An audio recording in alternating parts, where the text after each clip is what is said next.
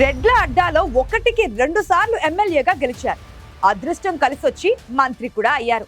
YCP అధికారంలో ఉండగా అధినేతకు సన్నిహితుడిగా ఆ మంత్రి ఆడిందే ఆట, పాడిందే పాట. ఎప్పుడొచ్చామన్నది కాదన్నయ్య, బుల్లెట్ దిగిందా లేదా అంటూ సీనియర్లను కూడా డోంట్ కేర్ అన్నారు. అలాంటి బుల్లెట్ కనిపించకపోవడంతో ఆయన వర్గీయులకు దిక్కుతోచడం లేదు. అసెంబ్లీలోనే తొడలు కొట్టిన ఆ మాజీ మినిస్టర్ ఎవరు? ప్రస్తుతం ఆయన ఎక్కడున్నారు, ఏం చేస్తున్నారు, రాజకీయ భవిష్యత్తు కోసం ఏం చేయబోతున్నారు? Let's watch.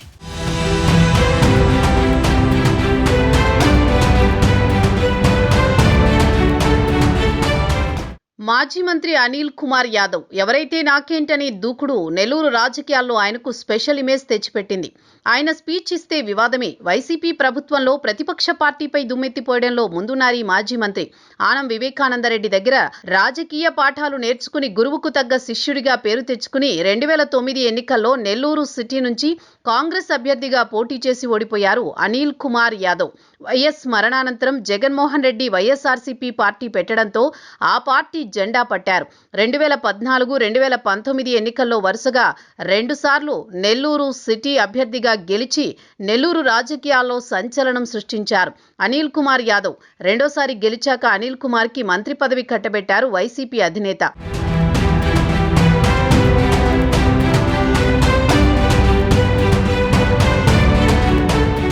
అనిల్ కుమార్ ఎమ్మెల్యేగా ఉన్నంతకాలం పార్టీ కార్యకర్తలకు, నాయకులకు అందుబాటులో ఉన్నారు. కానీ మంత్రి పదవి వచ్చాకే తేడా కొట్టింది. తన రాజకీయ భవిష్యత్తు కోసం కష్టపడి పనిచేసిన బాబాయ్ రూప్ కుమార్ యాదవ్ని అనిల్ పక్కన పెట్టేశారు. బాబాయ్నే కాదనుకున్న అనిల్ కుమార్పై నాయకుల్లో అపనమ్మకం పెరిగింది. ఆయన వెంట నడిచిన నాయకులు, కార్పొరేటర్లు ఇబ్బందులు ఎదుర్కొన్నారు. మంత్రి పదవిని అడ్డు పెట్టుకుని సొంత వ్యాపారాలు చూసుకుంటున్నారని ఆరోపణలు మొదలయ్యాయి. 2024 ఎన్నికల నాటికి నెల్లూరు సిటీలో వ్యతిరేకత మూటగట్టుకున్నారు అనిల్. దీంతో అధిష్టానం మరొకరికి టికెట్ ఇవ్వాలని నిర్ణయించుకుంది. అనిల్ కుమార్ యాదవ్ని నర్సరావుపేట ఎంపీ అభ్యర్థిగా పంపి సామాజిక సమీకరణాల్లో భాగంగా నెల్లూరు సిటీ సీటును మైనార్టీలకు ఇచ్చింది.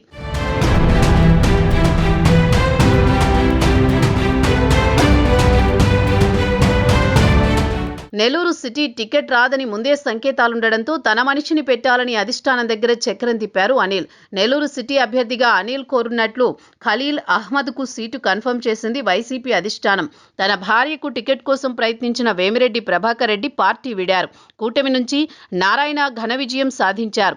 2019 ఎన్నికల్లో ఉమ్మడి నెల్లూరు జిల్లాలో 10కి 10 సీట్లు గెలిచిన వైసీపీ 2024 ఎన్నికల్లో ఒక్క సీటు దక్కించుకోలేకపోయింది. సింహపురిలో వైసీపీ పతనానికి మాజీ మంత్రి అనిల్ కుమార్ యాదవ్ కారణమని జిల్లాలో రాజకీయ విశ్లేషకులు చెబుతున్నారు.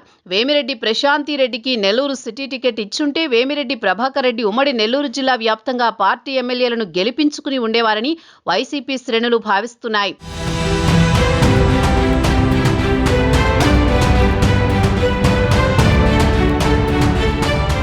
అనిల్ కుమార్ యాదవ్ 2014, 2019 ఎన్నికల్లో పార్టీ బలోపేతానికి కష్టపడ్డా 2024 ఎన్నికల్లో మాత్రం తన స్వలాభం కోసం పార్టీని తీరని నష్టం చేశారన్న అభిప్రాయం ఉంది.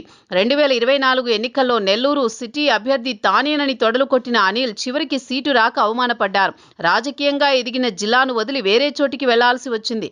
రాష్ట్రంలో అధికారం మారాక సైదాపురం అక్రమ మైనింగ్ కేసులో పార్టీ నేతలు జైలుకు వెళ్లడంతో సీన్ రివర్స్ అయింది. అప్పటి నుంచి మాజీ మంత్రి అనిల్ చెన్నైలోని వ్యాపార పనుల్లో బిజీగా ఉన్నారని చెబుతున్నారు. 3 నెలల క్రితం కోవూరు నియోజకవర్గంలో మాజీ మంత్రి ప్రసన్న కుమార్ రెడ్డి నిర్వహించిన మీడియా సమావేశంలో అనిల్ కనిపించారు.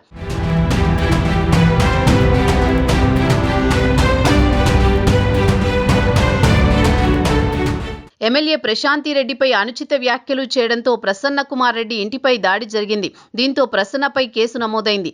ఆ ఎఫ్ఐఆర్లో మాజీ మంత్రి అనిల్ కుమార్ యాదవ్ పేరు చేర్పి విచారణకు రావాలని పోలీసులు నోటీసులు ఇచ్చారు. అధికారంలో ఉన్నప్పుడు అంతా తానేనన్న అనిల్ పార్టీ ఓటమి తర్వాత కనిపించడం లేదంటున్నాయి వైసీపీ శ్రేణులు. నమ్ముకున్న కార్యకర్తలను అందుబాటులో లేని నాయకుడు ఉన్నా లేకున్నా ఒకటేనన్న కామెంట్స్ జిల్లాలో వినిపిస్తున్నాయి. అనిల్ రాజకీయంగా తెరమరుగైనట్లేనా? ఎన్నికలకు ముందు ప్రత్యక్షమై మళ్లీ తొడగొడతారా అన్న చర్చ జరుగుతోంది సింహపురి పబ్లిక్లో.